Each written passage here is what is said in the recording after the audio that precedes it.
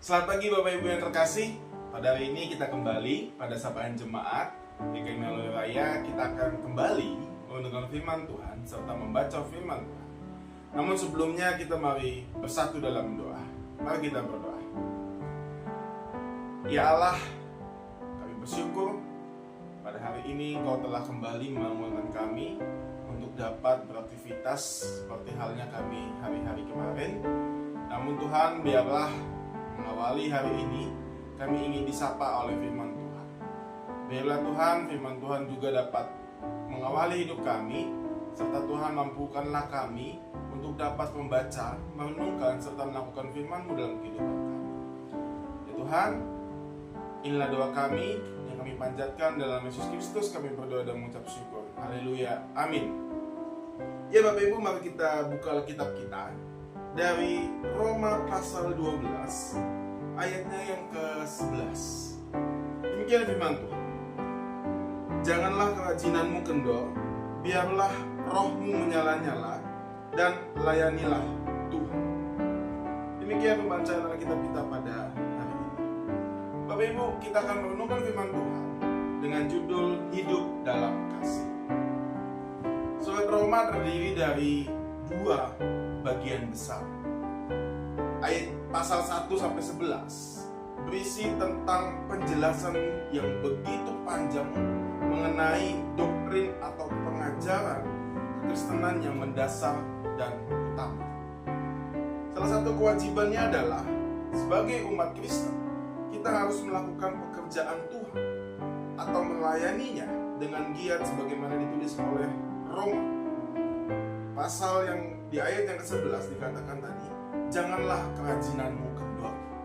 Nah, ini Bapak Ibu merupakan sebuah kata larangan atau sebuah peringatan tegas bahwa kerajinan, ketekunan, dan kesungguhan itu semua merupakan sebuah tindakan yang baik yang sudah kita lakukan selama ini. Kata kendor artinya lesu atau malas. Kemudian kata-kata biarlah rohmu menyala-nyala dan layanilah Tuhan. Berarti roh yang bersemangat atau serius dengan kesungguhan hati untuk melayani Tuhan dengan sukarela. Rasul Paulus Bapak Ibu dalam bacaan hari ini menyatakan bahwa sebagai anak Tuhan, kita semua, kita haruslah menjadi anak-anak Tuhan yang rajin, menjadi anak-anak Tuhan yang tidak malas-malasan. Iblis atau roh jahat sangat pintar untuk dapat memainkan strategi mereka dengan tujuan agar kita gagal, agar kita tidak diberkati dalam hidup. Roh jahat juga Bapak Ibu bisa atau dapat membuat kita menjadi anak-anak Tuhan yang malas dalam pelayanan, malas dalam membaca firman Tuhan, malas datang beribadah ke gereja, malas melayani dalam komunitas, enggan memberi atau menolong, malas bekerja atau belajar. Kadang-kadang Bapak Ibu, roh jahat ini juga bisa mengintimidasi kita dengan berkata, cukup, sudah aku diberkati, lebih baik saya tidur saja, saya sudah nggak usah pergi ke gereja, saya nggak usah melakukan pekerjaan yang lain, karena saya sudah cukup diberkati oleh Tuhan. Oleh karena itu Bapak Ibu, kita perlu adanya Roh Kudus yang menyala-nyala dalam hidup kita, dalam diri kita. Nah, karena itu sebagai salah satu cara Tuhan untuk dapat membangkitkan keyakinan kita, membangkitkan semangat kita agar kita berbuah dan berhasil dalam hidup. Orang yang diurapi oleh Roh Kudus adalah orang-orang yang hidupnya dipimpin oleh Roh Kudus. Jika kita hidup dipenuhi oleh Roh Kudus, maka Roh Kudus itu pula yang akan menolong kita untuk dapat menggenapi firman Tuhan secara benar. Ketika Roh Kudus ini hadir dalam diri kita, ketika kita mau melakukan apa yang sesuai dengan Tuhan inginkan, maka kita akan menjadi anak-anak Tuhan yang tidak akan takut dalam segala macam apapun dari dunia ini. Dan kita menjadi anak-anak Tuhan yang tidak mudah untuk putus asa. Roh Kudus membangkitkan kekuatan untuk kita saling mengasihi, untuk kita saling mengampuni dan melayani Tuhan. Sehingga kita bisa selalu setia untuk dapat melayani Tuhan sampai akhir hidup kita. Dan sebagai anak Tuhan, Bapak Ibu, setiap dari kita akan memiliki karunia rohani. Contohnya kita dapat melayani Tuhan, kita dapat mengajar, menasehati dan lain-lain sebagainya. Karunia itu diberikan Tuhan khusus supaya jemaat saling membangun. Dan jika kita memiliki hal itu Bapak Ibu, maka komunitas kehidupan bergereja dapat berfungsi dengan baik, dapat berfungsi secara sehat dan juga efektif di dalamnya.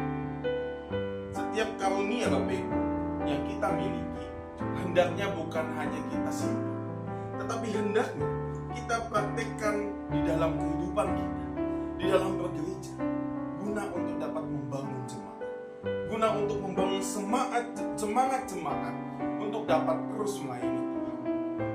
Karunia ini Bapak Ibu bukan hanya untuk dibanggakan, bukan hanya untuk disimpan. Setiap orang yang menerima karunia justru memiliki tanggung jawabnya masing-masing. Tanggung jawab yang khusus untuk dapat melayani sesama, melayani Tuhan, dan terarah hanya untuk kemuliaan nama Tuhan saja. Karunia mengajar, biarlah kita mau mengajar. Karunia yang diberikan Tuhan untuk melayani, biarlah kita mau melayani. Karunia yang diberikan Tuhan untuk dapat saling membangun, biarlah kita dapat saling membangun dengan nilai-nilai positif. Dan kita mau praktikkan karunia rohani ini dengan suatu bentuk kerelaan, kesungguhan, dan di dalamnya kita mau lakukan penuh dengan sukacita. Melayani Tuhan dengan sikap yang benar Bapak Ibu. Jangan bersungut-sungut atau jangan melakukannya dengan asal-asalan. Berilah yang terbaik kepada Tuhan. Karunia yang telah Tuhan sudah berikan kepada kita, biarlah kita juga memberikannya yang terbaik kepadanya. Bapak Ibu, salah satu tujuan Tuhan menciptakan manusia, saya dan Bapak Ibu, adalah untuk melayani Tuhan. Seseorang yang dipilih untuk melayani hendaklah setia atau loyal.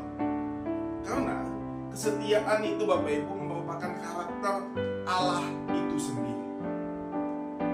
Ia mau kita memiliki karakter itu, maka sudah seharusnya kita tidak memberi tempat bagi roh jahat yang membuat kita malas, yang membuat kita tidak lagi membutuhkan Roh Kudus ada di dalam diri kita. Tetapi Bapak Ibu, biarlah kita mau memiliki karakter seperti itu agar kita dapat melawan kemalasan, melawan roh-roh jahat yang dapat menggoda kita, sehingga kita merasa cukup untuk memiliki Roh Kudus yang Tuhan sudah berikan kepada kita. Dan sebaliknya Bapak Ibu, kita mau diajak untuk hidup dalam pengurapan Roh Kudus setiap hari. Belajar untuk berbuah bagi kemuliaan Tuhan. Oleh karena itu Bapak Ibu, marilah kita sebagai anak-anak Tuhan, sebagai orang-orang yang percaya di dalam kehidupan kita, kita mau hidup di dalam kasih. Kita mau melayani sesama. Kita mau melakukan pengajaran. Kita mau bertumbuh bersama-sama di dalam kasih yang Tuhan sudah berikan berupa karunia kepada kita semua. Amin. Mari kita berdoa. Ya Tuhan, biarlah kami anak-anak-Mu selalu hidup dalam kasih Tuhan. Karunia yang Kau berikan kepada kami, biarlah itu juga kami pergunakan untuk dapat memuji dan memuliakan nama-Mu, dan kami dapat berikan yang terbaik kepada-Mu ya Tuhan. Kami juga berdoa Tuhan bagi saudara-saudara kami yang mungkin pada saat ini yang sedang dalam sakit atau lemah tubuh. Tuhan mau tolong mereka, Tuhan mau urapi mereka, dan berkati juga Tuhan seluruh rangkaian pemulihan proses yang akan dilakukan oleh dokter, perawat, dan juga melalui obat-obatan serta makanan. Berikan mereka hikmat, kebijaksanaan ya Tuhan, agar mereka dapat memulihkan, menyembuhkan saudara-saudara kami, sehingga kami dapat kembali bersekutu dan memuliakan nama. Kami juga berdoa untuk keluarga yang senantiasa mendampingi saudara-saudara kami ini yang sedang dalam sakit. Biarlah mereka Engkau berikan kesabaran, kekuatan, serta hati yang penuh dengan sukacita, serta pengharapan kepadamu. Ya Tuhan, sebentar juga kami akan melanjutkan kehidupan kami. Tuhan, berkatilah seluruh aktivitas kami. Tuntunlah kami Tuhan pada jalan-Mu yang benar, agar kami dapat melakukan kehidupan kami yang selalu terarah kepadamu saja. Kami siap Tuhan melangkah kepada seluruh rencana-Mu.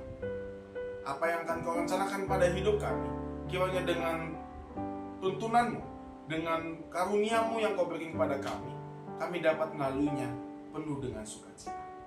Inilah doa kami ya Tuhan. Kami berdoa dan memuji dan memuliakan nama-Mu. Dalam nama Yesus Kristus kami berdoa dan mengucap syukur. Amin. Ya Bapak Ibu, demikian renungan kita pada hari ini. Biarlah renungan kita hari ini dapat menolong kita, dapat menguatkan kita untuk selalu hidup di dalam kasih Kristus. Tuhan Yesus memberkati kita sekalian.